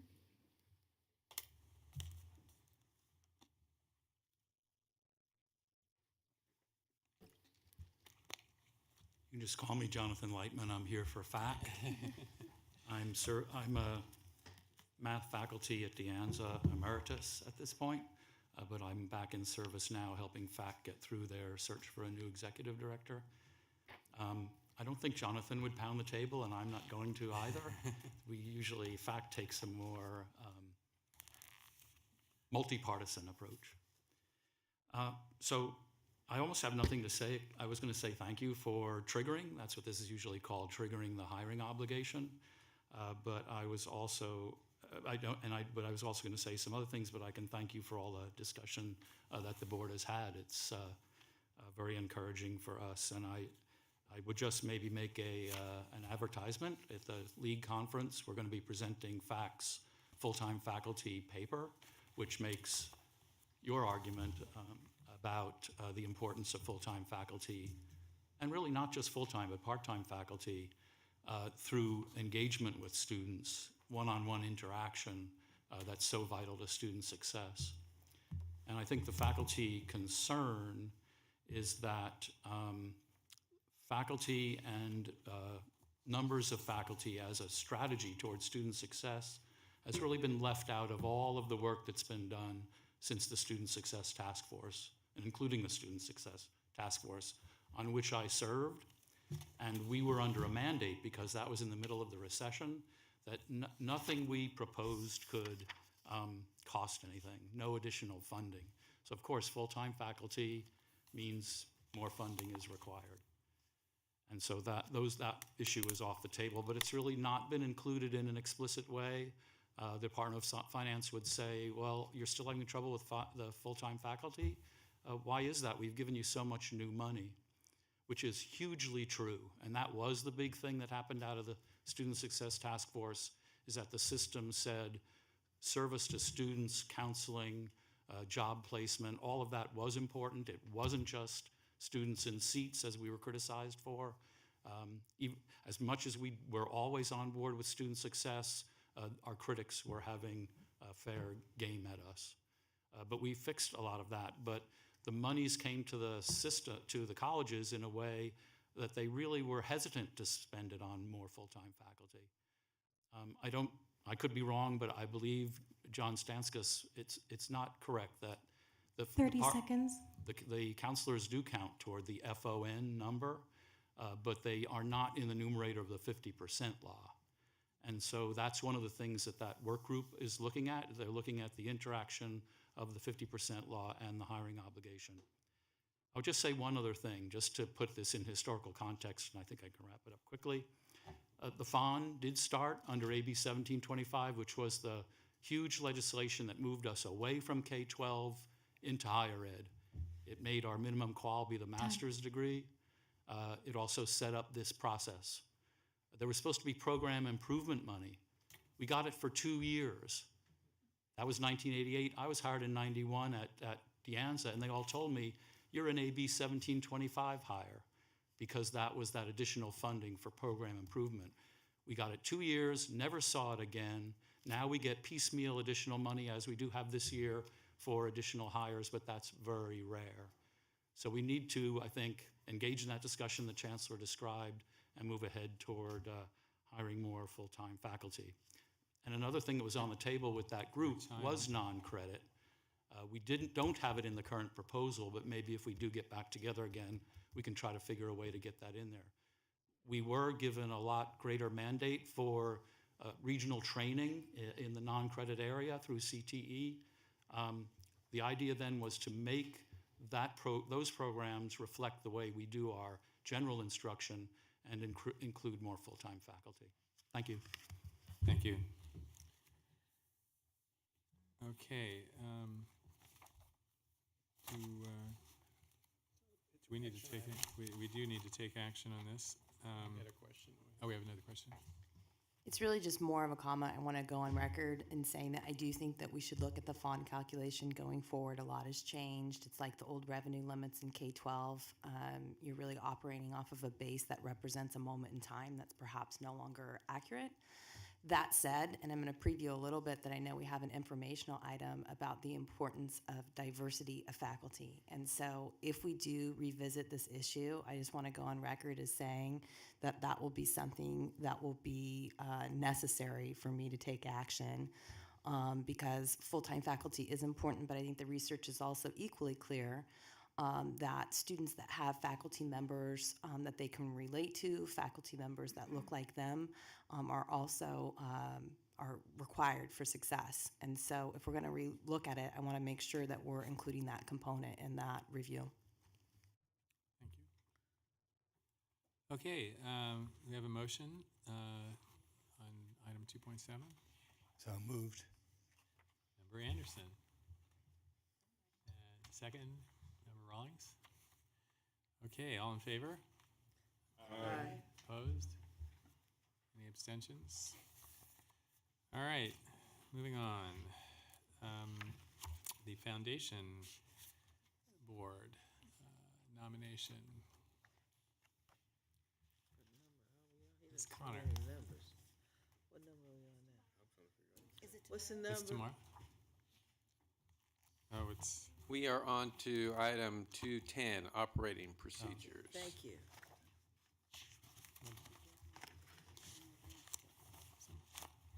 although that must be a Must be a compliment to Melissa, they couldn't wait to hear you. Having a bit of a deja vu moment here. Welcome back. Thank you. wait a minute, no, wait a minute. Wait, is the foundation one? So in the order of the agenda, that was James that gave us Okay. Go ahead. Well, I think we've kind of opened this can of worms already, but It has feel been free open. to, It has been open, but if make a quick presentation. Right, so I think maybe it would be best just to pick up on some of the comments that I heard when we first started discussing this.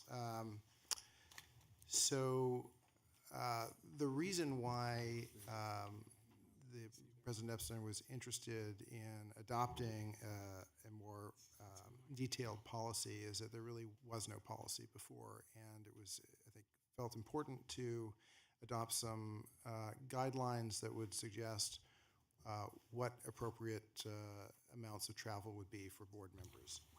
And so we tried to accommodate that interest in a way that made sense for the president and vice president, and I think was reflected in an affirmative vote of this policy a couple of meetings ago. Now, the focus is turned to the 5-day concern, and I think that the response to that is that there remains discretion in the board president to authorize additional travel that would include both the per diem and the travel expenses as appropriate. But then the baseline would be this rule for 5 days with respect to statewide meetings. But if we go through, I'm looking at page 57 now of your board materials, and if we go through subdivision 3A, this is the paragraph that provides that board members would receive both the $100 daily per diem payment and their actual travel expenses. And so that will govern attendance at regular special or committee meetings of the Board of Governors, and then participating in group meetings or events sponsored by the Chancellor's office. And then the 5-day limit is really limited. It really only applies to these large statewide type organizations. And then subdivision B, travel expenses are authorized for the other categories that are enumerated below there. Representation before government entities, visits to community colleges, which I think are a pretty common activity for the board members. So they would not be limited to this by this 5-day rule. And then subdivision D is the catch-all, which would authorize the president to allow per diem and travel expenses for other work of the board, provided it was within the budget. So that's the presentation. I think we can open it up for further discussion if the president decides. Okay. Any comments? If I can just add a little bit of color to this, just from my experience supporting boards, many boards, there are times when the public closely scrutinizes per diems and board travel. It's very important to have a policy to fall back on, a policy to defend decisions, particularly as it relates to funds for travel. And in particular, I would ask the board to be as careful as you can about the per diem. That will come back to haunt you if we're not careful, because the public tends to be very conscious of payments for board members and how board members can manipulate those payments. Not that I would suggest that any of these board members would, but that is ripe territory for investigative reporters and those in the public who spend a lot of time looking at boards. I can tell you that whether it's the Board of Regents or the CSU trustees, those funds, that travel is monthly scrutinized by members of the public. So I would just ask you to adopt the best policy you can and pay particular attention to the per diems. Member Can I Fawn. ask a clarifying question? So on 3A, subsection Roman number 3, I guess. So basically, whether it's per diem or expenses, you are entitled to 5 nights of hotel and airfare for 5 days. I think that's right, yeah.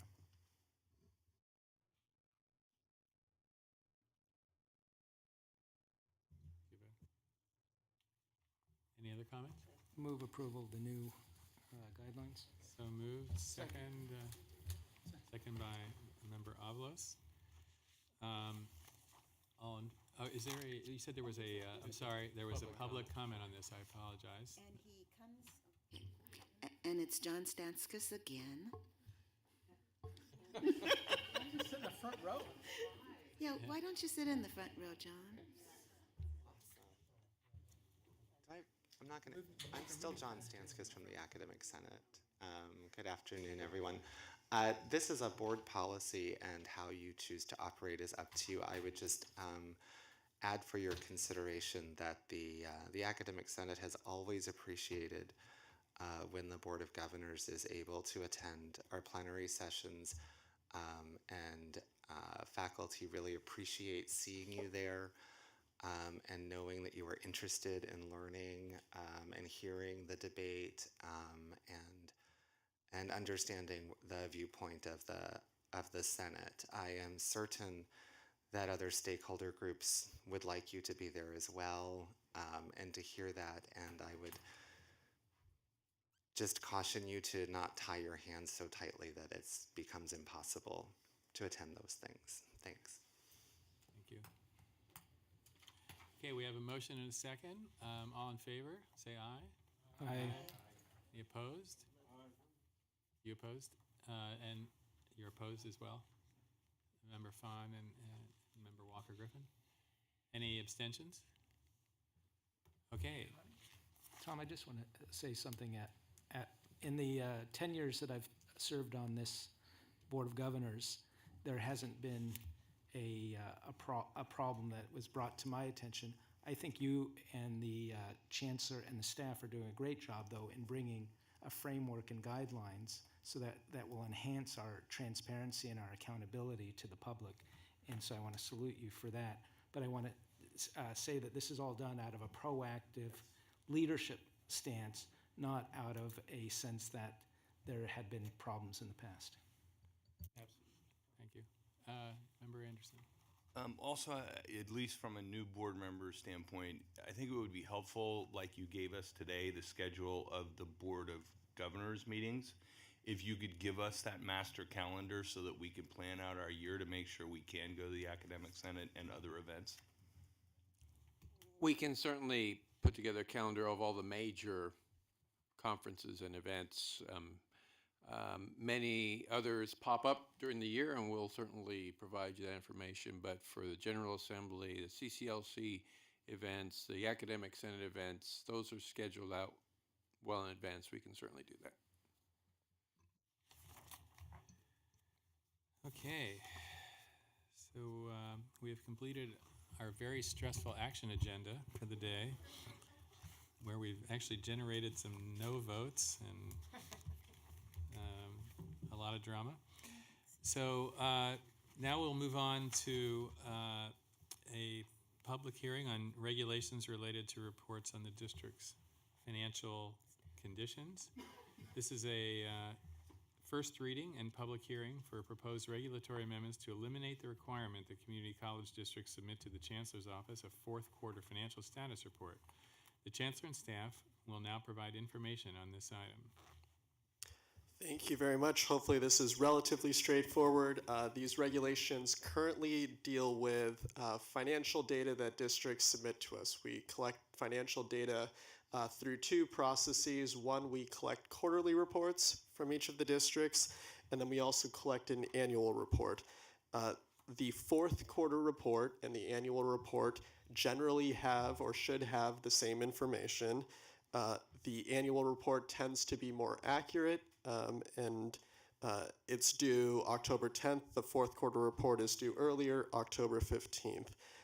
We had heard some, I would say, minor concerns that districts were doing duplicative workload, and that the fourth quarter report was produced according to a time frame that led to less accurate data. We, as a system or at our chancellor's office, rely on the annual report, and so we are proposing to alleviate some minimal workload at the districts by eliminating that fourth quarter report. Happy to answer any questions.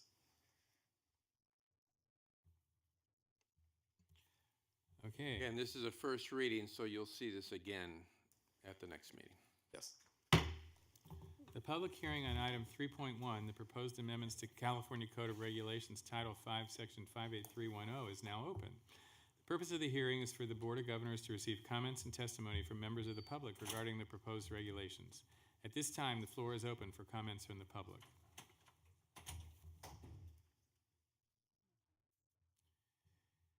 Are there any additional members of the public who would like to speak? Hearing none, the matter is closed.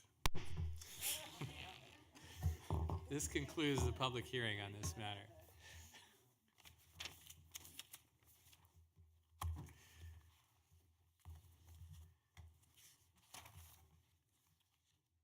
Okay.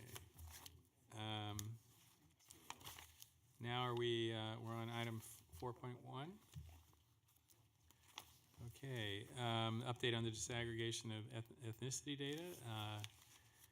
We have Vice Chancellor Gomez and, of course, Omid. Good afternoon. Good afternoon, President Epstein, members of the board, and Chancellor. There. Can we hear me now? Yeah. Good afternoon, President Epstein, members of the board, and Chancellor Oka, who's not here right now. Relative to this effort, we're going to give you an update on what's going on with the disaggregation of the data. Currently, as a result of the various work groups that took place between the Chancellor's Office, the UC, CSU system, and some of the research groups, we are proposing that we're going to be making changes to our application process to basically collect the data that we're not currently collecting right now, thus the disaggregation of this data. So as of December 7th, we should be making the changes to this system. And then ultimately over time, as the system and as the information is promulgated throughout the system in the various districts, the colleges, our system, our MIS system here in the Chancellor's Office will ultimately be able to consume this information, thereby going forward and having that kind of information as we move further on down the road. There should be a slide deck coming up here.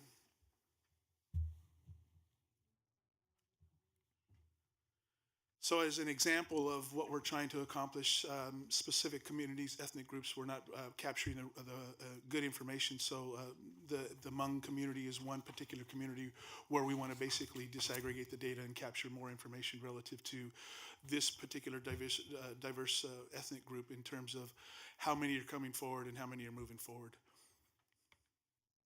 So as we pull this up here, you'll be able to see where we're going with this. And we got some examples of what we're doing.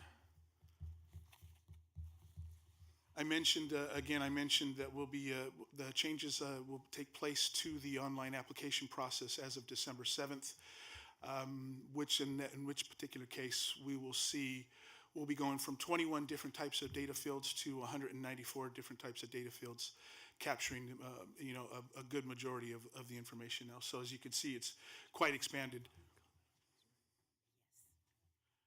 So on that note, I think we're going to move into a demo if there's no other questions right now that we can entertain for you. We do have a question, Member Costa. Yeah, I just noticed in the staff report that kind of the sorting mechanism for whether or not an ethnic subgroup would be part of this was if it was 10,000 or above statewide. And I'm curious because the example of the Hmong population, for example, I know is pronounced here in the Sacramento area. So I'm just curious why it was a statewide base versus individual districts where different concentrations may show up based on that geography. Excellent question. So as you can see, this could get quite ballooned and right in terms of processing the number of ethnic groups that could come in.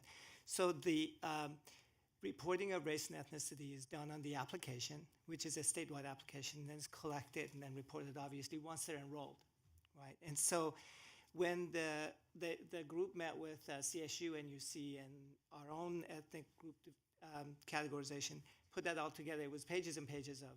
So in order to reduce it to some manageable number, which I'm not sure if 198 is manageable, but they actually had to look at 10,000. So there was a work group, statewide work group that worked on this and decided that.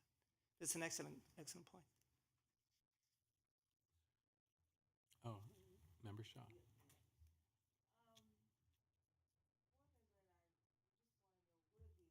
11 ways of being black. I was unaware of those. Oh, you gonna explain it to me?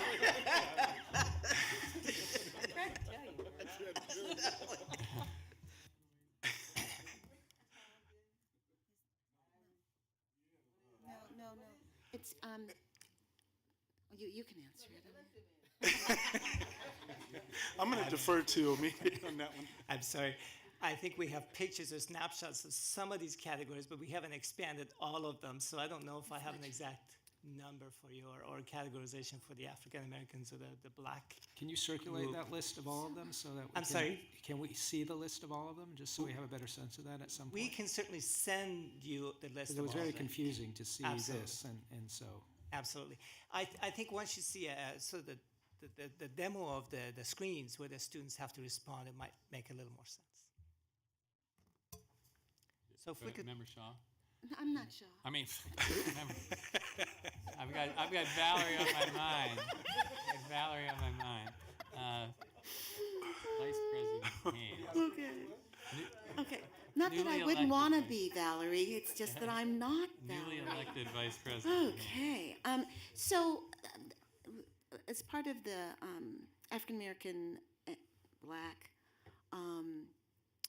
Joint Advisory Committee, the Black reference really are to those that are of recent immigrant African descent that don't, and they go back to that. So it could be Nigerians, it could be Ethiopians, it could be those other that, because there is an assumption that when one says African American, we're talking about African descended, been here for generations.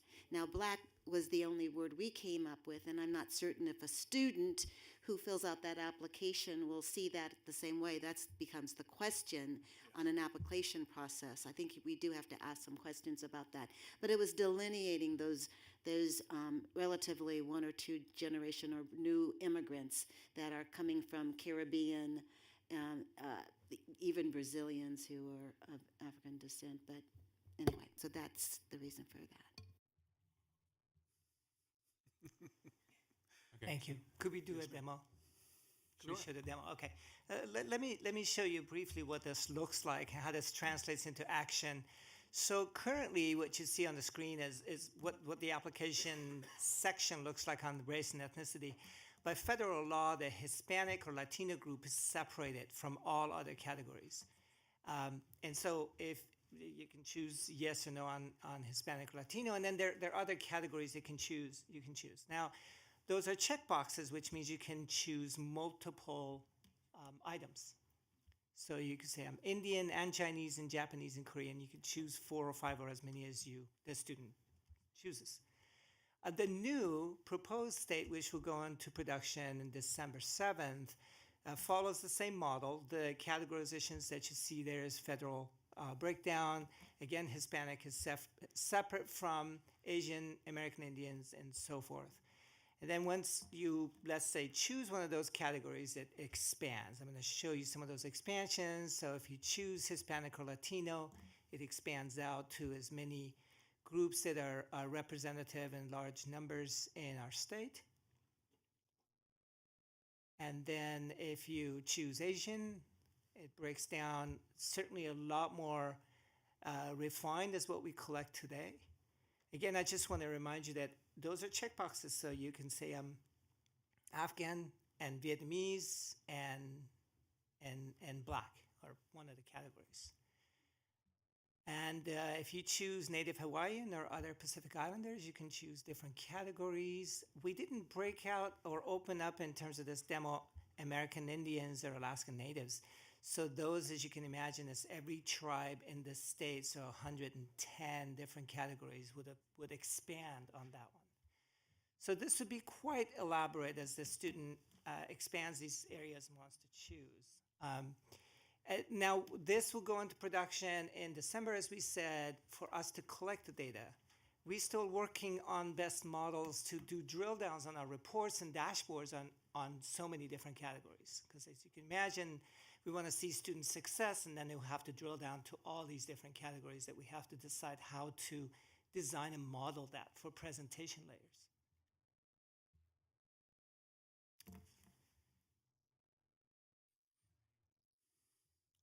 Member Anderson? I hate to ask this question, but I'm still confused. So if I'm from South Africa, what category do I fall in? So can you go? A white South African? No, a black South African. Where do I fall? So that would be in the Black category, but I don't recall what or it could be in the white if you're South African white. No, I'm talking about black Right, South African. so I have, my apologies, I have to expand that out and see if that was identified as okay, because you put North African, Right. but you didn't put African. Was there a reason behind that? So we looked at categories that people would identify in California, and we would have over 10,000 people in California who've identified themselves in those categories. And that's what we're collecting. Member Fawn? How do the 114 colleges of the 72 districts adopt this if you're doing it at the state level? Do they have, so does this automatically get conveyed or translated to the 72 districts when students are actually applying to their respective colleges locally? Right, so great question. So all colleges use CCC Apply. So CCC Apply is being modified to collect this information. The information will be sent to the colleges. The colleges will be modifying their systems to collect an additional field that encompasses all the extra categories. And then once that student is enrolled and that data is transferred to our MIS in the chancellor's office, we'll have access to all the students with those ethnic groups that are registered and enrolled in our colleges, and then we'll be able to report them in our dashboards. We have to give it time, though, for that information to basically get through the system in order for us to consume that information. Member Baum? I think generally it's a good idea, and it's helpful to have information that we could disaggregate and see what is working, what's not, and are there achievement gaps. In an area that Trustee Wan and I live, there's a heavy concentration of Armenian population. Where would they fit on this scale? Where would they self-identify? Again, I apologize. I don't have all the breakdowns. There were a lot of categories. So I will send all those categories that we've done a breakdown for you. We'll send that out. Member Zaragoza? I was just wondering for the Native American tribes, I know you mentioned that we would have the state tribes. Would federally recognized tribes also be on there, or just the state ones? These are the federally recognized tribes. Okay. Yeah, they would be federally recognized. Okay. Member Shaw? Yeah, I just want to, first of all, I want to thank everybody. I was sort of joking, but I wasn't, because I still want to know the 11 ways. But I want to thank Linda Waugh and everybody involved in this. All of you put all your hard work into this. But I also want to emphasize the fact that it's how one identifies, because there are African Americans who are only 40% African. They might 60% European, 40% African, but they're in their minds, they're Africans, right? So what worries me, I think, over time, as people want to collect the percentage of the the ethnicities people are choosing. I'm not sure how we would even No, I don't present think, that. no, So because you're right. this is self-identification. Correct. So you might have, I have cousins that are 75% European, but they're black, right? So it's going to be interesting, but this is a needed effort. Thank you. Could we just thank Linda Waugh, Trustee Linda Waugh, and Craig Haywards and Stacy Teeter for the work that they've done on this work group, and of course, Vice President Haynes. Wait, before you do that, I just have a question. We're going to get some really small samples doing this, particularly on the Native American tribes. But how does an individual college or even the system work with very, very small samples and design programs? I don't know. I'm just having my trouble wrapping my head around how you could react productively to some of this information. Did you have a comment? I think our work has been to collect the data, enable the collecting of the data, and enable the disaggregation of the data the way it has been designed by the work group. You're absolutely right. How we respond to these smaller populations, would we have separate programs for each of these populations, is still pending a discussion and implementation. Okay, we have a number of public comments. We have about 6 or 7. I'm going to call up 3 and then continue to call up others. The first is Linda Waugh, Gabrielle Garcia, and Nakarji Yang. And then and I know Linda's going to go into this a little bit more, but when you aggregate, for example, Asian Americans and you're inclusive of Chinese, Japanese, Hmong, Min, and others, those numbers belie some of the information that colleges do need relative to those who are less economically needy relative to what we are aiming to do. And so we can lose sight of that when those numbers are aggregated and we don't pull them apart.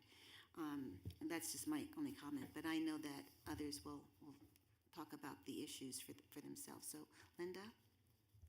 Good afternoon, President Epstein, members of the board, and Chancellor Oakley. I'm going to be really quick because there are members of the community who have been looking at this also for a long time and want to come to speak on this issue.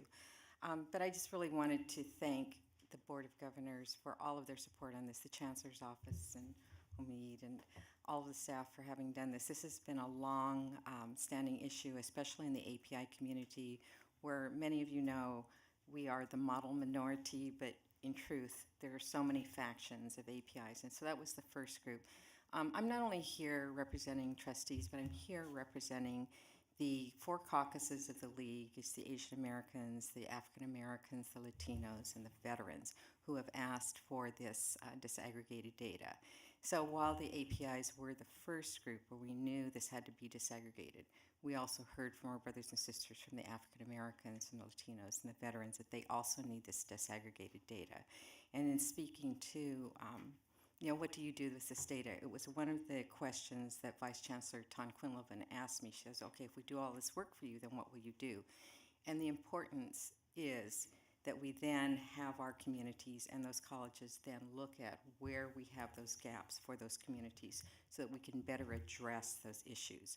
We know that not everyone in the API community performs the same as a Chinese American who has been here for 3 generations. We have disparities among the Pacific Islanders. We have disparities even among the African Americans, the new arrivals of African Americans.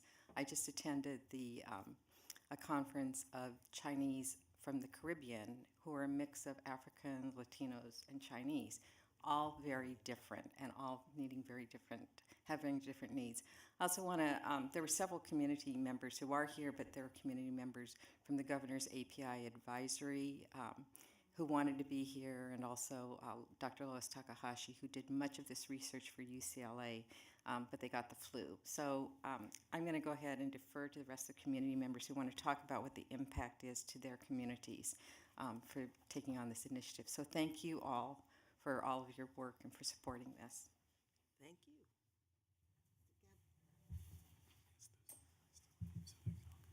Can we open up the seats for, thank you.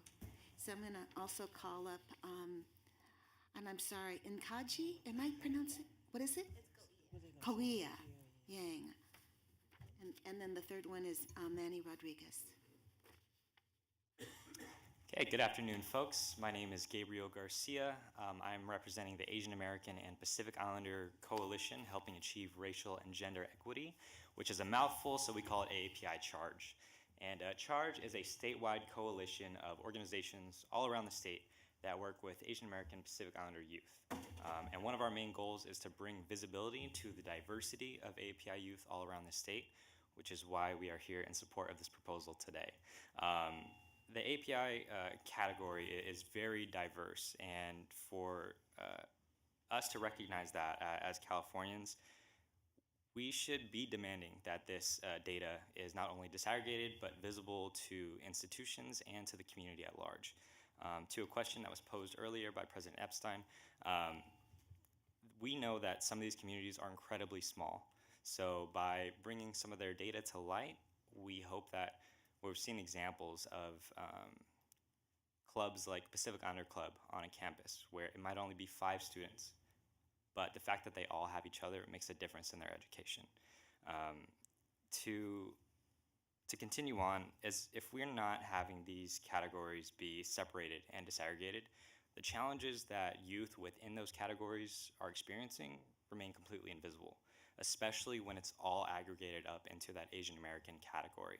So as was cited earlier, the Hmong community experiences significant challenges when it comes to education.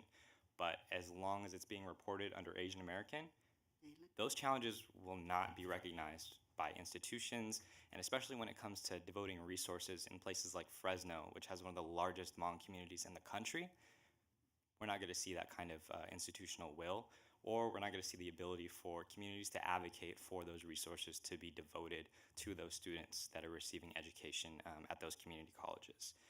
So we also would like to note that smaller Southeast Asian American communities like Yumian or smaller Pacific Islander communities like Marshallese are not included in this expansion for the reason of the 10,000 threshold, which makes sense.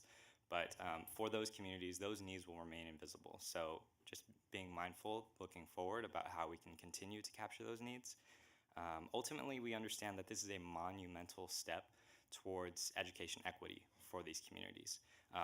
A few years ago, our organization, CRAC, actually got to 30 seconds. Be a part of advocating for a bill that would have done something very similar to expand these education categories. So it's not lost on us how monumental this is, and I hope it's not lost on any of you as well. So for these reasons, API Charge supports this proposal and any efforts in the future that will disaggregate data and bring more visibility to what our students are experiencing. Thank you. Good afternoon. My name is Go-Ia Yang, and I'm with the Southeast Asia Resource Action Center, also known as CRAC. As Gabriel had mentioned, CRAC was one of the co-sponsors on AB 1726, which was authored by Assemblymember Bonta in 2016. The bill's initial intentions were to disaggregate Asian American, Native Hawaiians, and Pacific Islander data to uncover both health and education disparities. However, when the bill reached the governor's desk in September 2016, the public higher education was amended out and only included the Department of Public Health.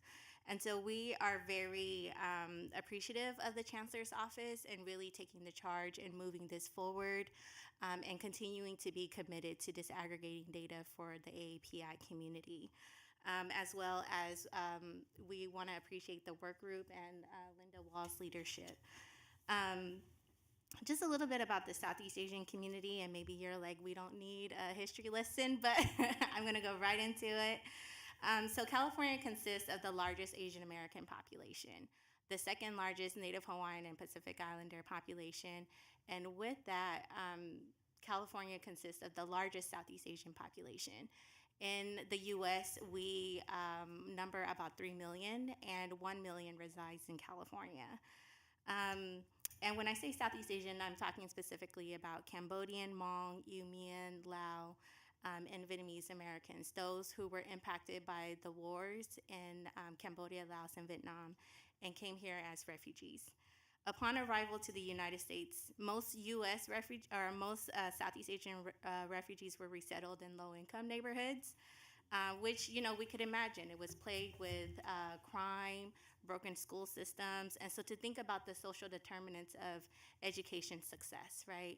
And right now we are moving into